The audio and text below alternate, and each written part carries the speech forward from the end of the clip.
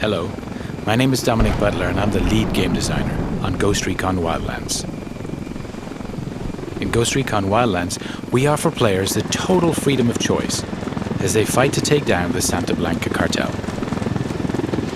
A few months ago at E3, our 4 ghosts raided a camp to extract El Pozzolero, a buchon of the Santa Blanca cartel. Today, we want to show you another way to play the same mission, taking a stealth approach and using the cover of night to our advantage.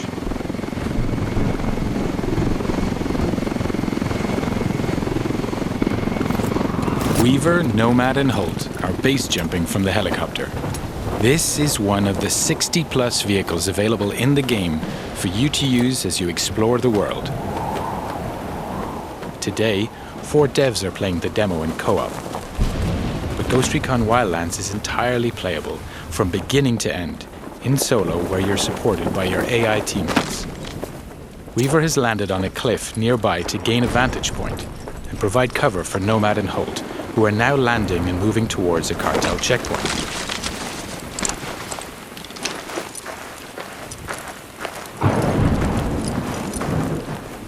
All 4 ghosts are now on the ground. Midas will regroup with the others in the camp. Recon Wildlands features a complete day and night cycle, as well as a realistic weather system, which both have an influence on gameplay. Here, for example, nighttime with rainy weather is a perfect combination for a stealthier approach. Ideally, we want to gain access without alerting the cartel, so it's time to be creative. The ghosts know that this truck is being used for local deliveries. If they can take it, they can use it to get into the camp without raising suspicion. Our ghosts are getting into position, now tagging their enemies and identifying their targets.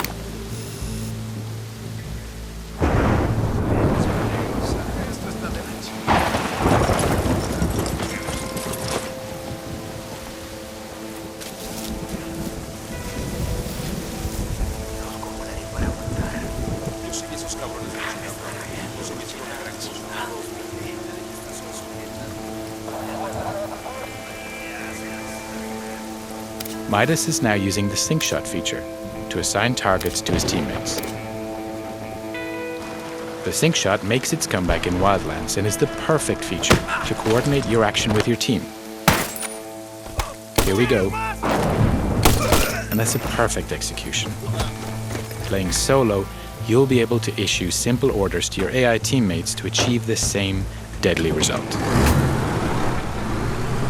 Now Nomad and Holt are going to use the truck to get into the camp without being detected.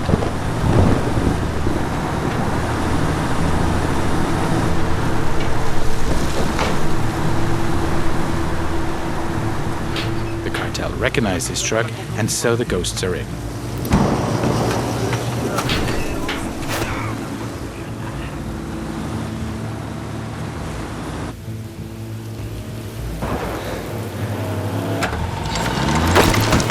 Holt has jumped out of the truck and is preparing a possible exit strategy by placing some C4. Landmines, frag, flash and diversion grenades will also give you the explosive edge and help create diversions. With more than 50 weapons available in the game that you're able to use and customize with hundreds of different attachments, it's up to you to choose the right weapon for the job. Each of them has its own ballistics model with piercing, dispersion, and bullet drop.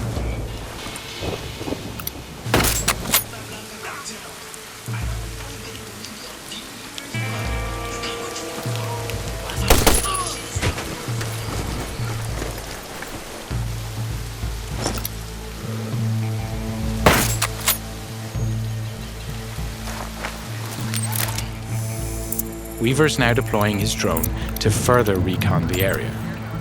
He switched to thermal vision to easily detect local targets. Other special upgrades can be added to the drone too, including an EMP pulse that deactivates electronics, a noise generator, or high explosives.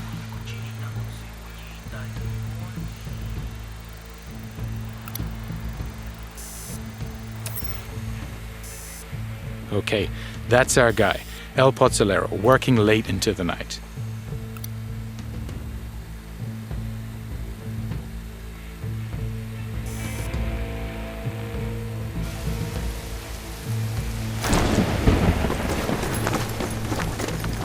Now that we have his exact location, Nomad is going to park the truck near to the target. In order to complete your mission, coordination and communication are key.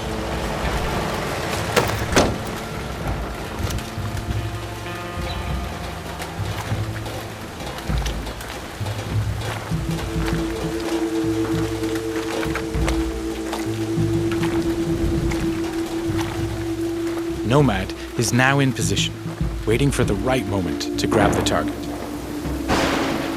Midas is heading towards the camp to rejoin Holt and Nomad.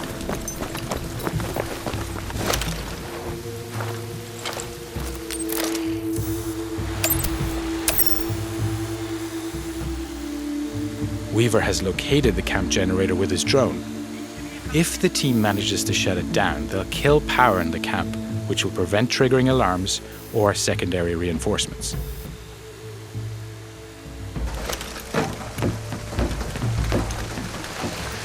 Midas is now making his way into the camp, avoiding the patrols en route to the generator.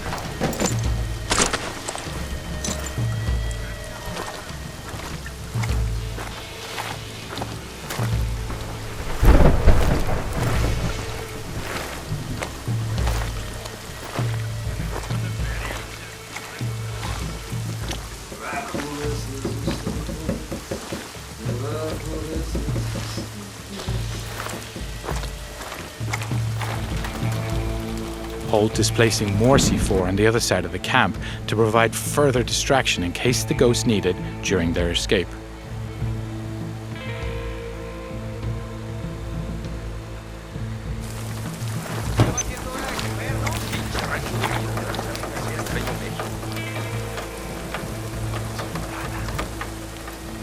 The diversion grenade is another great tool that can be used to distract enemies.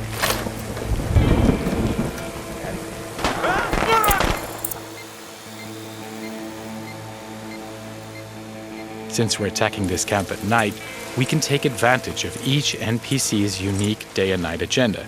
For example, this soldier here is taking a rest.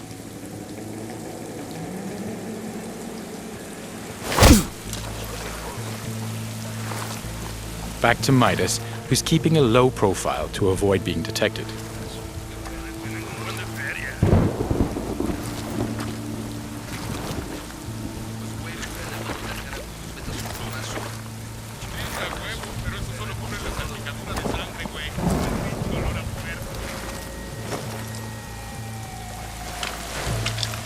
Holt is making his way towards Nomad and El Pozzolero's location.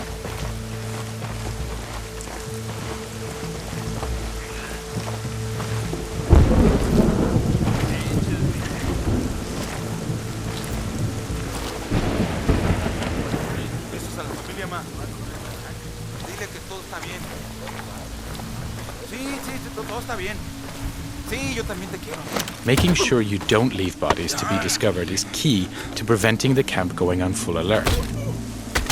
You can grab and drag your enemies away from the patrol path, so when you knock them out, they're out of sight.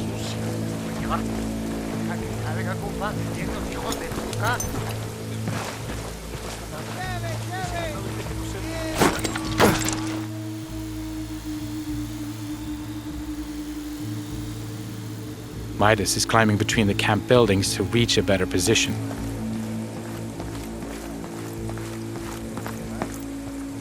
All the while, Weaver continues to provide cover.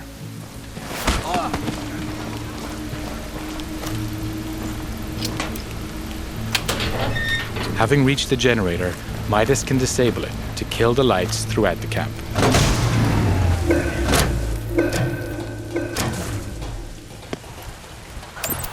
Nomad has activated his night vision to get closer to El Pozzolero.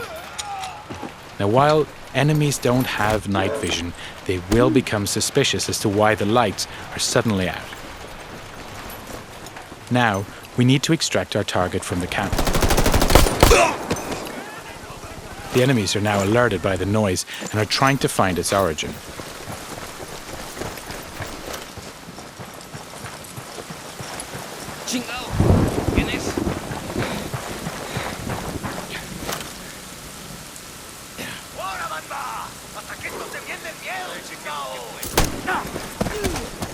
Holt is passing a rebel prison cage. The rebels are another faction in the game. They have their own conflict with the Santa Blanca, so they'll spontaneously engage whenever they get the chance.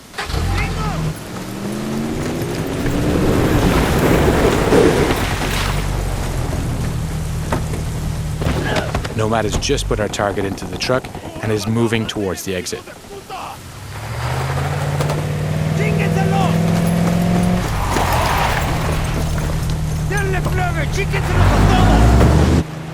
Weaver is liberating another group of rebels. This camp is now erupting into a full gunfight between the rebels and the Santa Blanca. And to provide further disruption, we blow that C4 we placed earlier.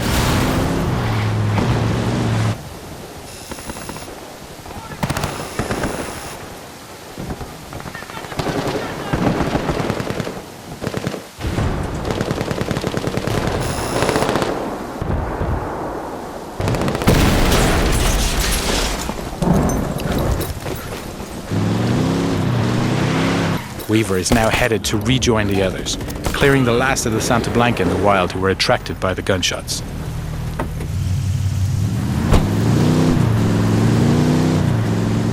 So now with El Pozolero in our custody, we're going to deliver him to our rally point and learn key information about the cartel and his bosses. That's the end of the demo. I hope you enjoyed seeing our ghosts approaching this mission in stealth. Just one of the many ways you can play Ghost Recon Wildlands. And don't forget to check ghostrecon.com for the latest news and updates on the game.